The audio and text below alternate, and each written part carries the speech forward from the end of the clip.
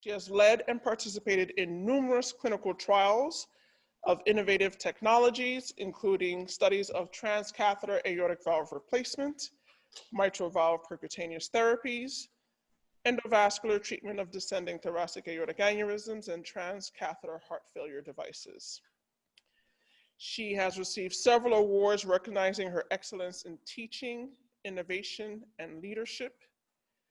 She has a medical degree as well as a master's in health administration. And I heard that she went hiking across, where was it, Dr. Lundberg? The West for 2 weeks. So she's looking relaxed and excited. She's an incredible speaker. And I know you guys are going to enjoy what she's sharing with us today. I'm going to have you guys load up her slides. She's going to be talking to us about surgical versus transcatheter aortic valve replacement in women. Dr. Grubb, the floor is yours. Well, good morning and welcome, everyone. Good morning from Breckenridge, Colorado, by the way.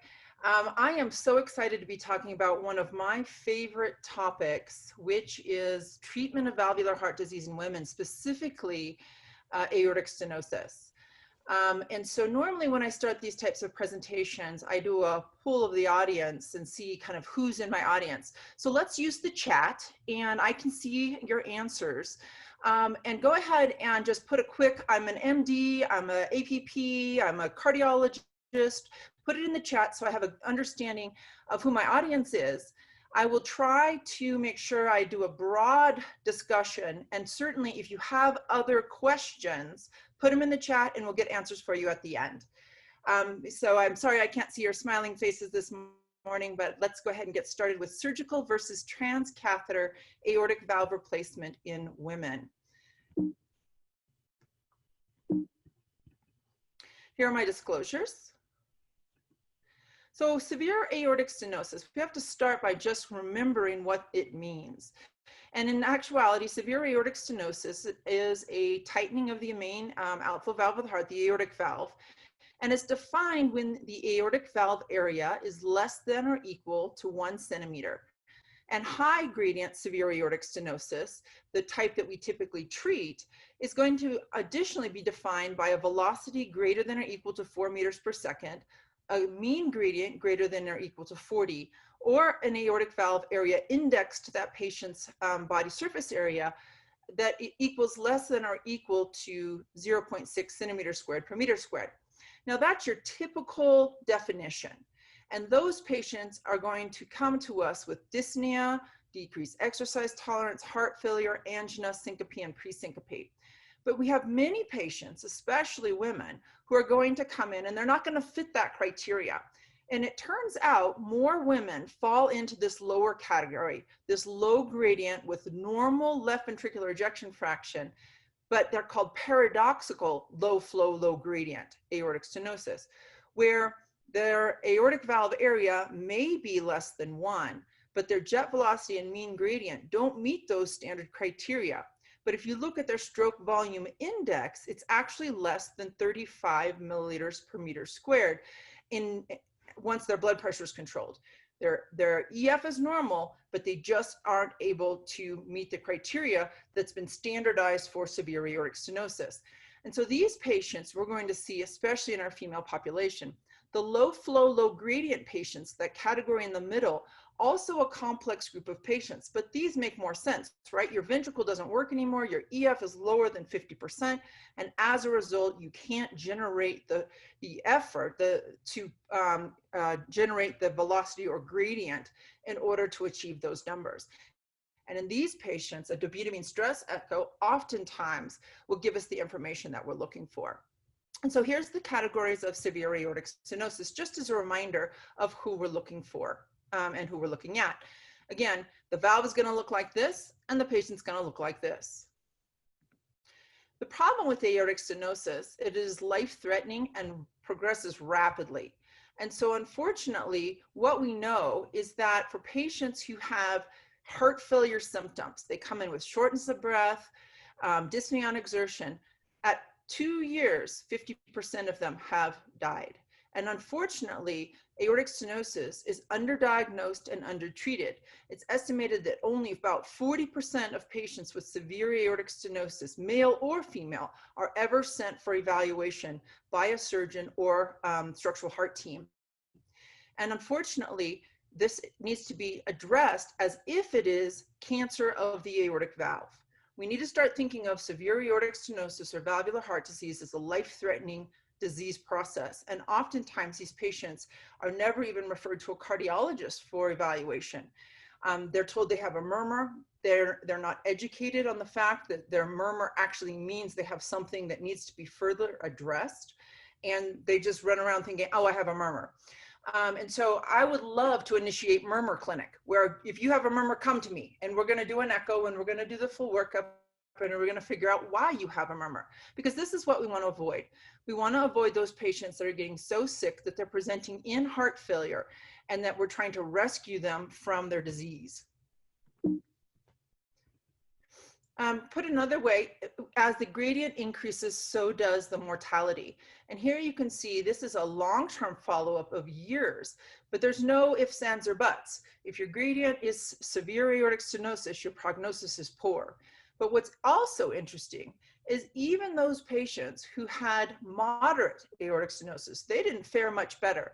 And I really think that as we start diving into these patients with the quote unquote moderate, we're going to find that many of those moderate patients actually fall into one of those categories of either low flow, low gradient or the paradoxical. And this should be treated exactly the same.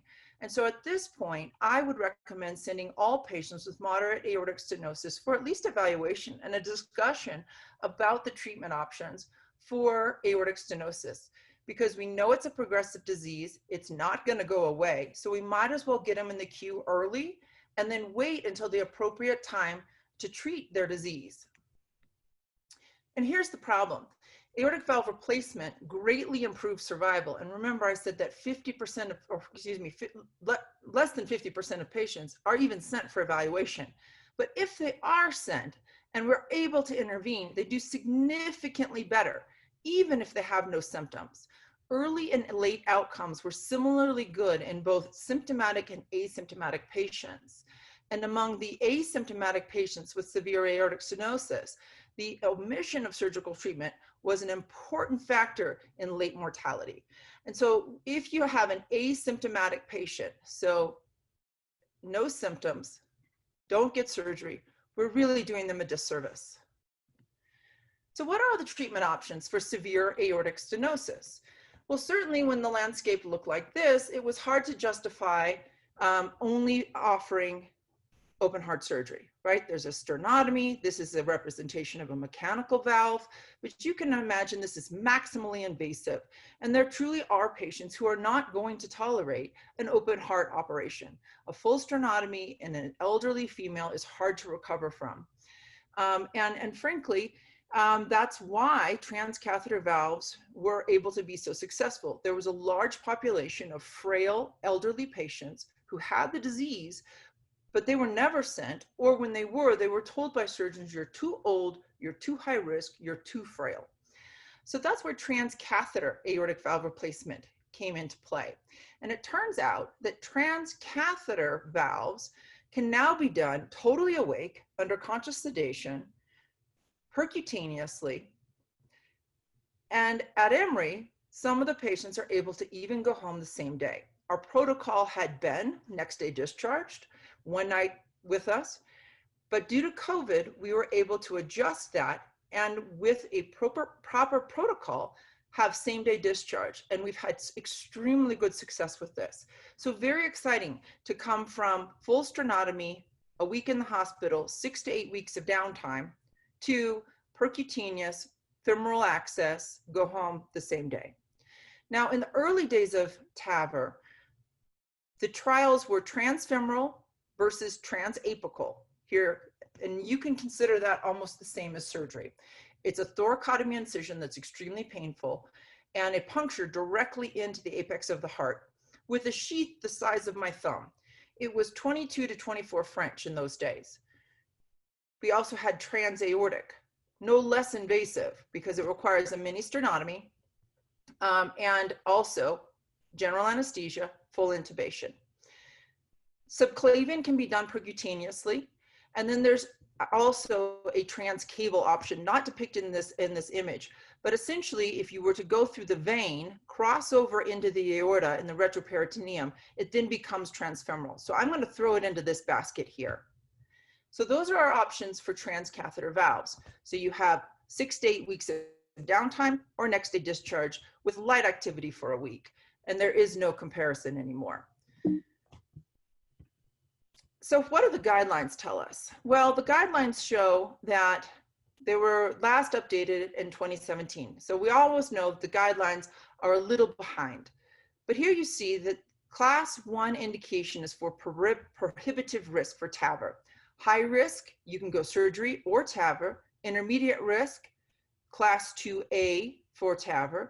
And here in the guidelines, TAVR doesn't even show up in low surgical risk yet, because remember that the guidelines haven't caught up yet. But where are we in reality? This is what the risk score means. When you talk about risk, you're talking about the STS predictive risk of mortality. And it's based on your surgical risk.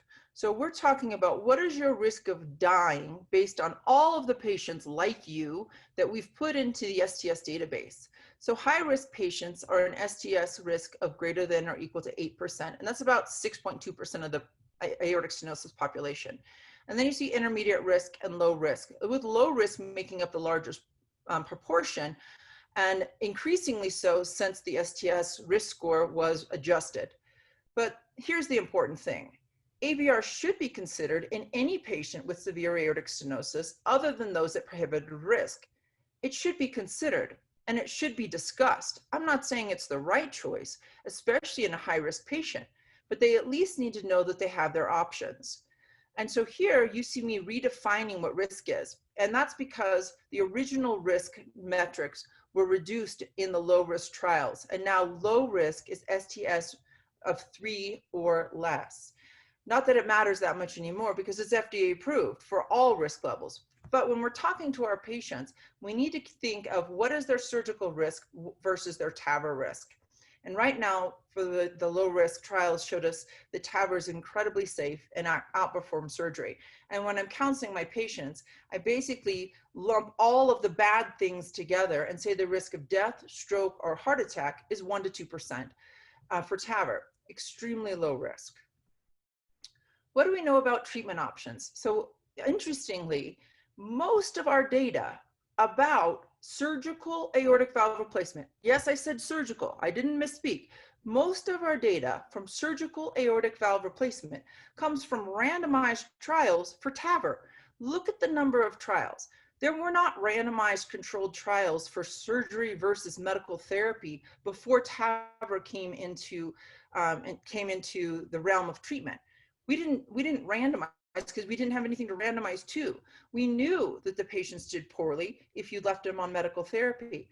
And so as you can imagine, this is an incredible amount of data that we have been able to accumulate over the last almost 20 years on patients TAVR versus SAVR. But you can imagine that whole surgical aortic valve arm, we have a tremendous amount of data. So that's where our data is coming from these days. Put it another way, here's the risk spectrum, getting back to that risk idea. And if you exclude that top column, inoperable, because those patients were randomized to medical therapy, you can see 11,000 patients in randomized trials. This is a tremendous amount of data, all the way down to low risk. And this has resulted in the FDA expanding TAVR indications to low risk in August of last year. So now every patient can have the option for TAVR if they have appropriate anatomy and if the heart team believes that they're appropriate for TAVR.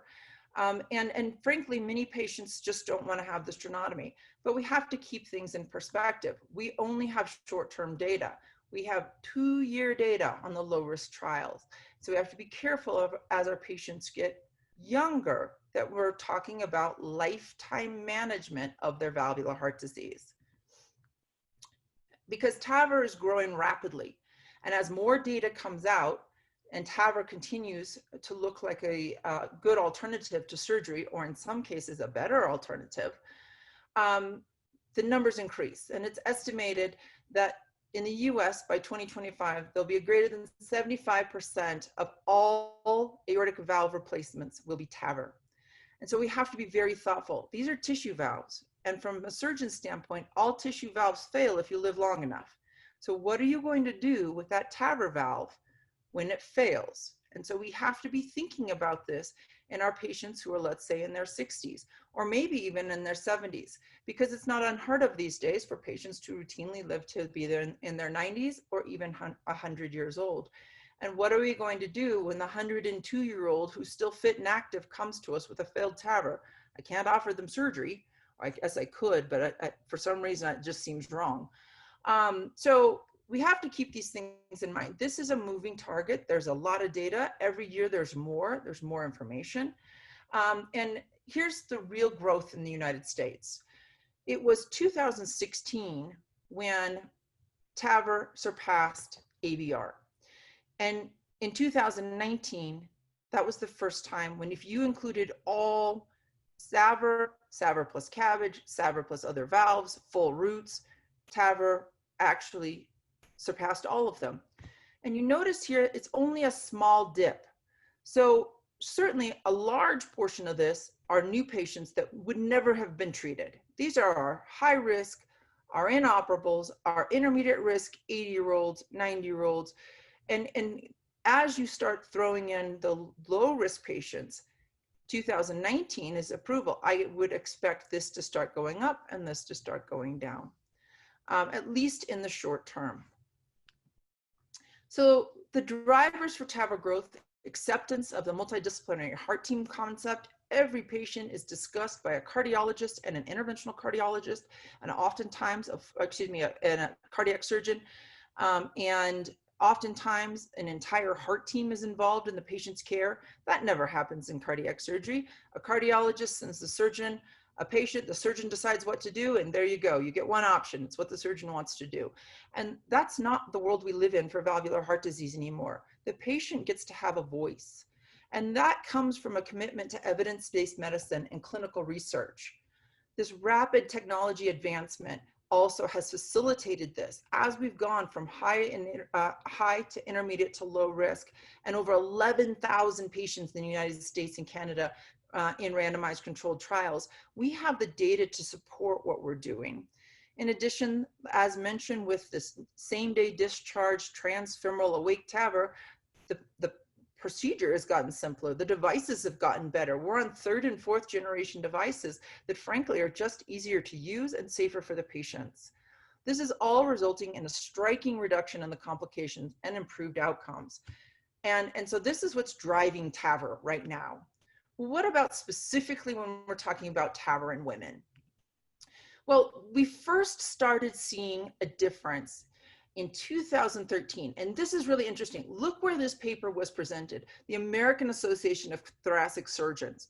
The AATS is the premier organization for cardiac surgeons. And this paper on TAVR is presented at a surgical meeting. It was probably the last time something like this was presented at a surgical meeting, but nonetheless, in 2013, this is where this was presented. Now it would be at one of the cardiology or interventional cardiology meetings, but nonetheless, in 2013, this is where we are. And we started to finding the differences in outcome in females undergoing transcatheter aortic valve replacement compared to surgical aortic valve replacement in those early partner randomized trials. These are high-risk patients only high-risk patients, and this was published in JACC. I will skip through this. Well, several studies, including the partner trials, had suggested better outcomes with TAVR in women compared to men. And female gender is a known risk factor for mortality in numerous surgical studies, but an unclear risk factor in TAVR. Well, what did they find? Here's their study, how the study was designed, study design. And they found that if patients had a TAVR, there was a survival advantage. If they were female, survival advantage for TAVR versus surgery in high-risk females, statistically significant. Now, interesting, it was driven by the transfemoral arm. So at this era, this was large sheath, general anesthesia.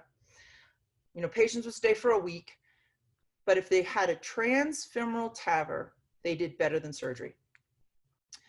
This was not true if you had to use a transapical approach. So those patients who were not candidates for transfemoral access, they had no difference in survival if they had a transapical approach versus surgery. And this is just demonstrated one other way, explicitly showing the difference between transfemoral versus transapical. And this has not changed. Female patients who need transapical, even as we get down into intermediate risk, didn't do as well.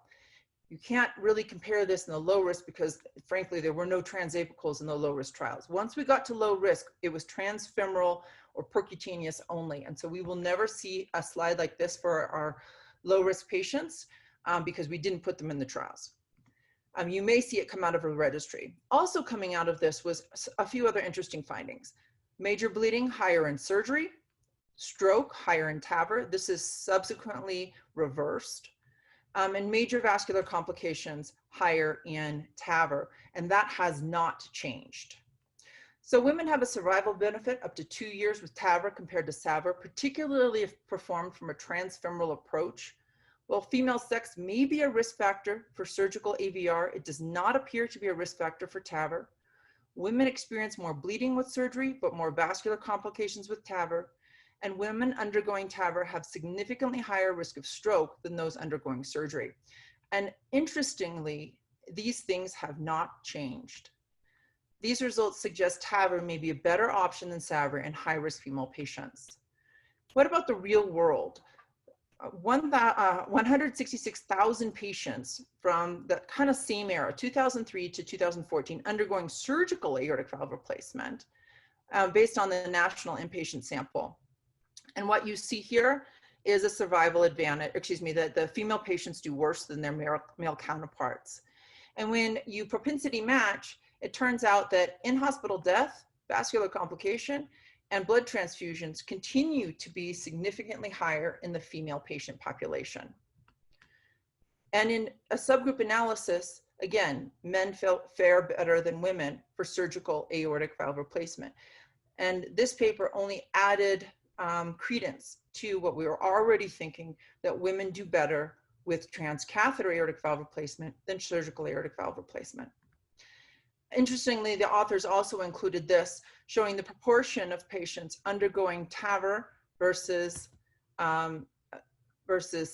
And you can see that the number of women undergoing SAVR was increasing at a faster rate than the men. And I think that is based on some of this evidence that we were seeing from the trials. So women have worse in-hospital mortality following SAVR compared to men, coupled with the accumulating evidence suggesting higher magnitude of benefit from TAVR over SAVR in women. Women should perhaps be offered TAVR over SAVR at a lower threshold. And we continue to believe this today. I'm going to highlight just a few other papers. There's tremendous amount of literature on this.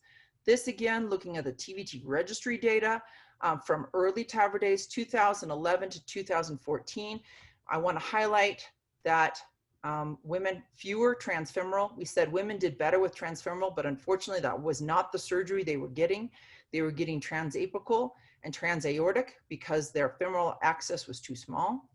And here you see coronary artery obstruction and unplanned other cardiac surgery, which often meant a perforation of the left ventricle, a dissection, or a rupture. All life-threatening surgeries were higher in women at this time point.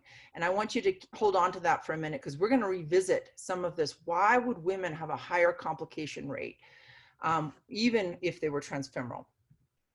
At 1 year in this particular study, you do see that actually women fared better, statistically speaking, in terms of 1 year death, higher stroke again, and significant bleeding higher in the TAVR arm.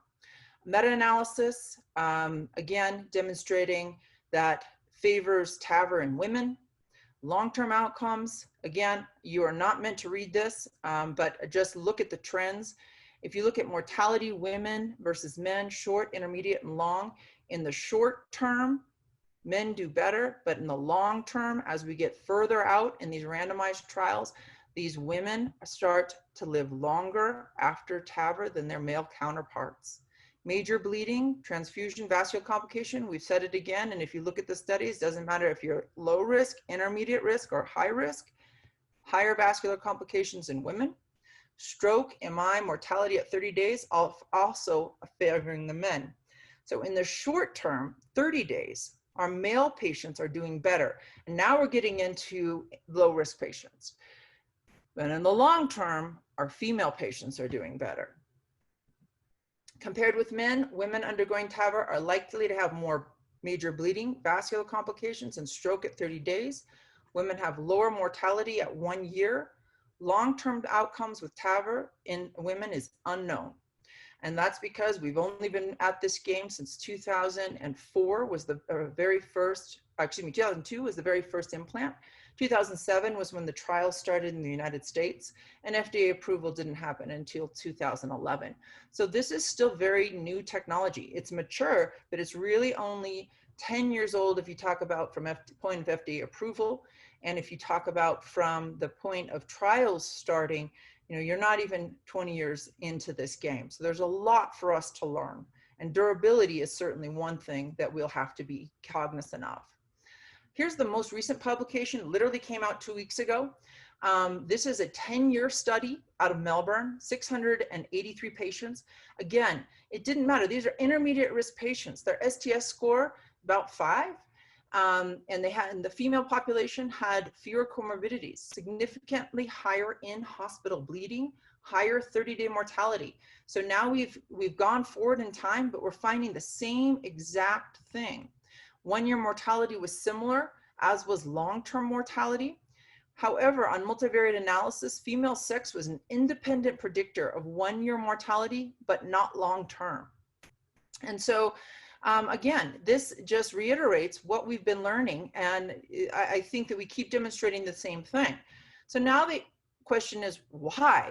How do we understand the difference in outcome for women after TAVR? Well, access choice, of course, initially was a problem. The original TAVR devices required large sheaths, 20 to 24 French. So here, the original SAPIEN valve, FDA approved in 2011, 22 to 24 French. This is a 7 to 8 millimeter vessel. There are many women that just never had that big of vessels. And when you add a little bit of calcium to octogenarian or nonagenarian arteries, you can imagine that many patients were not able to tolerate this large of a sheath. Fast forward to today, we're now talking about 14 and 16 French sheaths, and the device companies are trying to figure out 12. So at a 14 or 16 French sheath, now you're talking about 5, 5.5, 6 millimeter vessels. And 95% of women will fall into the category where they could be treated like this. So as we go forward, we should see less vascular complication. But unfortunately, that wasn't the case. And we had many patients with what we called an iliac on a stick. And you would finish their beautiful TAVR, and then you would have the intima of their iliofemoral artery stuck on the delivery system. And this was a horrible complication. Unfortunately, we just don't see that very much anymore. Now it's often small injuries that can be ballooned or stented.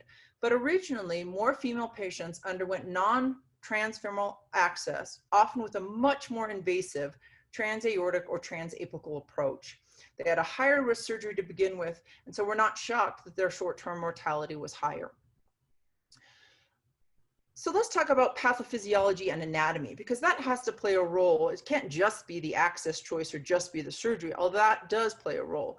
And when you're talking about imaging, now you're going to get into 2 categories. What happens in the short term immediately for TAVR, and what happens in the long term? And this is an excellent paper that defines some echo criteria, as well as highlights some of the differences we see for these patients. And one of the important things is that men present with aortic stenosis that is mostly calcific.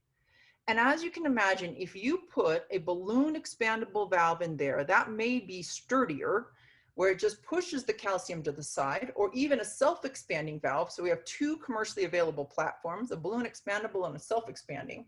And as you push that calcium to the side, there may be some of a protective effect because of that calcium. Women, on the other hand, have fibrosis. And it is thought that that fibrosis may behave differently. You can imagine that if you opened a valve here, you may not have symmetric opening of the aortic annulus, as this calcium holds up one side and the fibrosis acts differently. Whereas here, you may have symmetrical opening of that valve and annulus.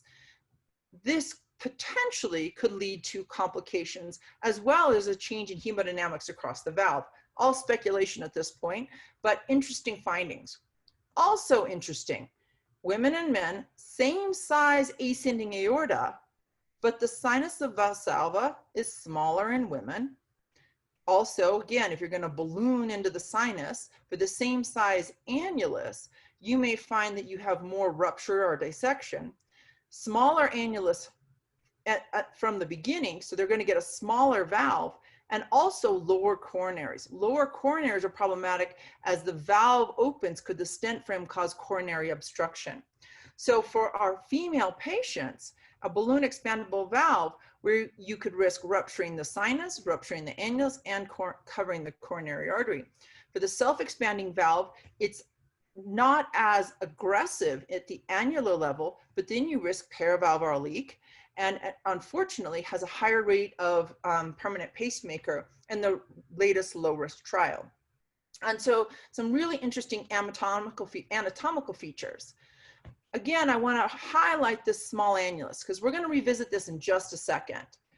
And so here's what they found. Differences in imaging among women. We talked about the smaller annulus and LVOT. That's going to result in smaller transcatheter heart valves, less aortic calcium, more fibrosis. They have higher gradients, higher pulmonary hypertension, or more pulmonary hypertension, more patients in the paradoxical group, which is a better prognosis, fewer patients in the low flow, low gradient, lower coronary heights.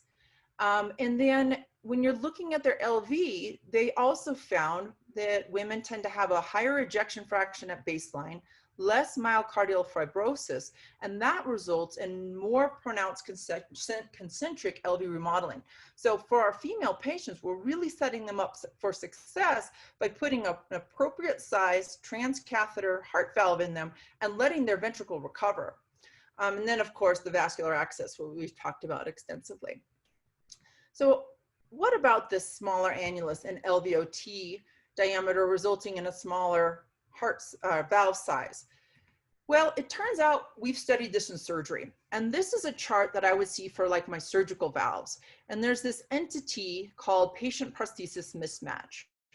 And basically it's based on an EOA that is too small for the patient's needs. And it causes chronically higher gradients. So an indexed EOA is what you're looking at here. Most women are going to fall into this category for surgical valves. And the problem is, you're going to talk about patients being in the green for a 19 millimeter valve if their BSA is 1.2. Here is moderate patient prosthesis mismatch, and the red is severe, 0.65 being in the severe category, so 0.65 to 0.85. And so you can imagine from a surgical standpoint, me having to cut out a patient's valve and put their surgical valve in, we saw a lot of patient prosthesis mismatch. And unfortunately, annular enlargements or total roots are not typical, especially out in the community. You will see specialized aortic surgeons do a tremendous number of them. We have an excellent root surgeon, aortic surgeon, Dr. Ed Chen, and he's going to do a root if a patient's EOA index is too small. But that's not actually the standard if you look across the board. It should be, but it just isn't. It's a much more involved procedure, and most surgeons do fewer than 5 a year. But we do know that moderate and severe PPM have an independent predictor of increased mortality and morbidity in surgical aortic valve literature. And this isn't any different in TAVR. If you put too small of a valve in, the patient's not going to feel better. They're going to have an increased gradient. They're going to have less LV remodeling, and they're still going to suffer. And so the transcatheter valves actually have been shown to have better hemodynamics, larger EOAs across the board, especially for these self-expanding valves. They're superannular, and so that you don't rely on a valve sitting in the patient's actual annulus. The superannular platform allows you to put a larger valve in the same size annulus. For the low-risk patients, the Evolute and Partner 3 randomized low-risk trials yielded the best SAVR outcomes in TAVR trials to date, but the self-expanding valve actually was the only one to be superior to SAVR. There's been a small valve study, which again demonstrated worst outcomes in patients with small annuluses. The TAVI small registry compared outcomes of 859 patients with small annuli implanted with self-expandable TAVR valves. And here you see severe patient prosthesis mismatch in only 2.2% in the newest generation of the Evolute Pro valve. So hemodynamics, particularly patient prosthesis mismatch, are important for patient survival and quality of life. Patients with small annuli, especially women, are at high risk for patient prosthesis mismatch. Careful valve sizing and superannular TAVI design may help avoid mismatch. And TAVR hemodynamics will become increasingly important in younger female patients where valve surveillance and durability are key concepts to patient well-being. And this gets into that lifetime management. What valve am I going to put in today that I can build on tomorrow? I want the largest EOA with the best performance in my younger patients. I don't have durability data. I have 2-year data on the low-risk patients, and the low-risk patient population on average was 72 years old. Our intermediate and high-risk group were 82 and 85-ish. And so if I'm going to put this valve in a 50-year-old, I have to be very careful with how I counsel them about what their future will look like. Do you start with a surgical valve that may be a small EOA and then put a TAVR valve inside? It's like Russian stacking dolls. They just keep getting smaller.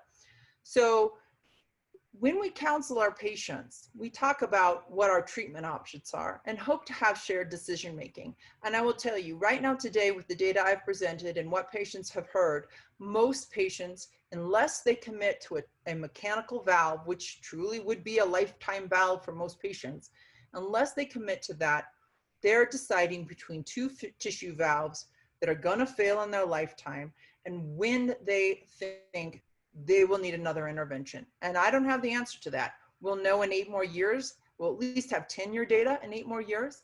But this is extensively studied, and we will continue to add information about what is the right choice. But based on what we know today, TAVR is an excellent choice in women and may have some advantages, certainly in the short term, in terms of TAVR versus SAVR in women. Thank you. Excellent presentation, Dr. Grubb.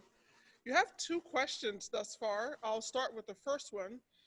If you have a murmur, does this automatically mean you have aortic stenosis or the development of aortic stenosis? No, and that's the caveat, is that a murmur means you have something. So a murmur is not a normal finding. If you listen to normal hearts, they don't have murmurs. A murmur is a swishing sound.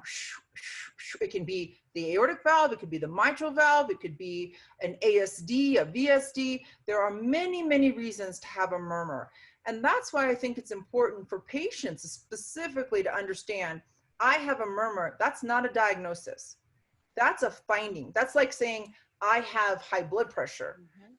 It's a finding. Now, what are you going to do about it? And here we need to actually identify what that murmur is caused by. They need an echocardiogram. Sometimes they need a TEE. Sometimes they need additional testing to figure out what that murmur means. But common things being common, it often means valvular heart disease. And we just need to figure out which valve and figure out how severe the problem is and figure out when it needs to be treated. Excellent. You answered this question. I'm just going to ask if you had anything to add. How is aortic valve patient prosthetic mismatch prevented?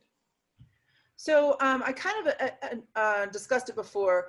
If you talk about when we only had surgery, it is prevented by putting a large enough valve in based on that patient's body surface area. So if I'm in the operating room and I cut out someone's aortic valve and I'm going to put a new one in, literally I'm taking a valve sizer and I'm stuffing it in and seeing which one fits. And I say, oh, a 23 doesn't fit. Oh, a 21 doesn't fit. Oh, a 19 fits.